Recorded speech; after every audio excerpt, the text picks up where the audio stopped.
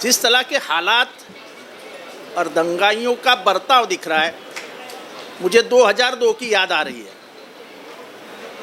Police के सामने जब पथराव हो रहे हैं, पुलिस के सामने जब भड़काऊ भाषण हो रहे हैं, स्वयं न्यायाधीश कह रहे हैं कि उसकी जानकारी ली जाए, जांच की जाए, तब भी कुछ नहीं हो रहा है। इसका सीधा मतलब ये निकलता है कि पुलिस जिसकी बात मानती है वही इस दंगे के पीछे है। तो मैं वही बोल रहा हूँ कि 2002 में जो गुजरात में दिखाई दिया था, वही शासन अब दिल्ली में राज कर रहा है। उनकी पुलिस और इनकी पुलिस, वो पुलिसी राज में काम किया था, ये भी पुलिसी राज में काम हो रहा है। जब दंगाइयों को रोकने की कोशिश ही पुलिस नहीं कर रहा है, जब खुलेआम दिख रहा है कि दंगाइयों को लाया जा रहा है, तो और इससे और बड़ा सबूत आपको क्या चाहिए। सिर्फ मुझे दुख इतना है कि आज देश में महात्मा गांधी नहीं है।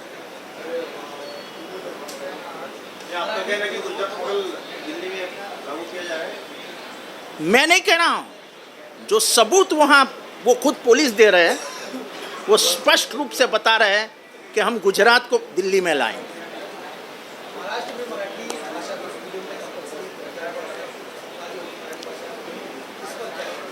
ऐसा है कि विविधता से प्यार करना चाहिए, यह भारत की संस्कृति है, लेकिन अपनापन भी नहीं खोना चाहिए। मेरी भाषा, मेरी मिट्टी की भाषा, यहाँ पे महाराष्ट्र एक ऐसा देश है जहाँ पे परप्रांतियों का सबसे ज़्यादा आना जाना है। अगर वो मराठी सीखते तो मराठी बाहर जाएगी, अन्य राज्यों में उसका प्रचार प्रसार होगा और अपनाई जाएगी। भाषा का अपनापन और अपनाने की मानसिकता जब आती है तो भाषा बढ़ती है। इसी के कारण तो अंग्रेजी बढ़ी।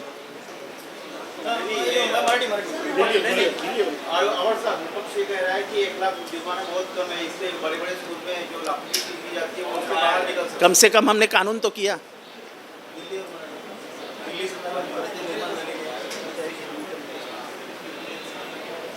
दिल्लीत जे चालू आहे त्याच्याने भारताची मान आंतरराष्ट्रीय पातळीवरती खाली जाते।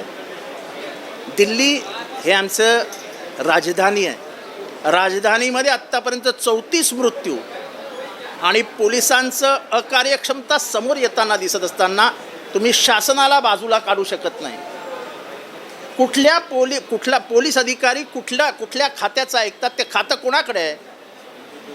देशाला कळलं पाहिजे की दिल्लीमधले पोलीस हे केंद्र शासनाचे असतात आणि हे शासन याचे मंत्री हे स्वतः अमित शहा आहेत।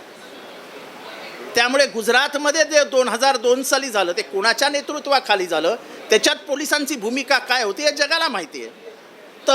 तसं मॉडेल उचलून जर दिल्लीत जाणार असेल तर ही दुर्दैवाची बाब आहे।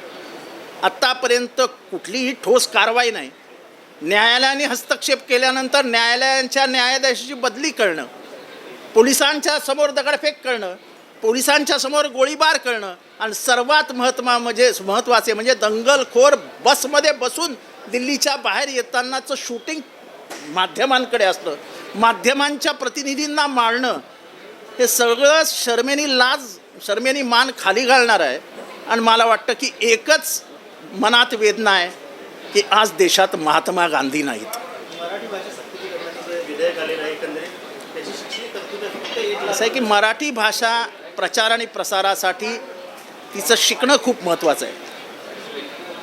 ज्या मातीमध्ये असतो त्या मातीची ओळख मातृभाषेच्या निमित्ताने प्रत्येकाला असावी। त्याची मूळ भाषा कुठली आहे त्याहीपेक्षा तो ज्या भूमीत राहतो त्या भूमीची भाषा त्याला आली पाहिजे, हे स्पष्ट व्यावहारिक मत आहे।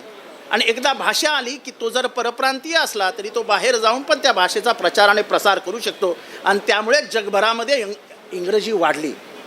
तेव्हा मराठीचं सार्वत्रिकरण व्हावं, मराठीचा प्रचार आणि प्रसार व्हावा आणि व्यावहारिक दृष्टीने प्रत्येक माणसाला मराठी यावं, ह्यासाठी जर मराठी सक्तीची केली असेल तर ती सक्तीची नाही, तर तुमच्या आयुष्यात तुमच्या भविष्यात तुम्हाला मराठीचा फायदा व्हावा यासाठी घेतलेला निर्णय आहे।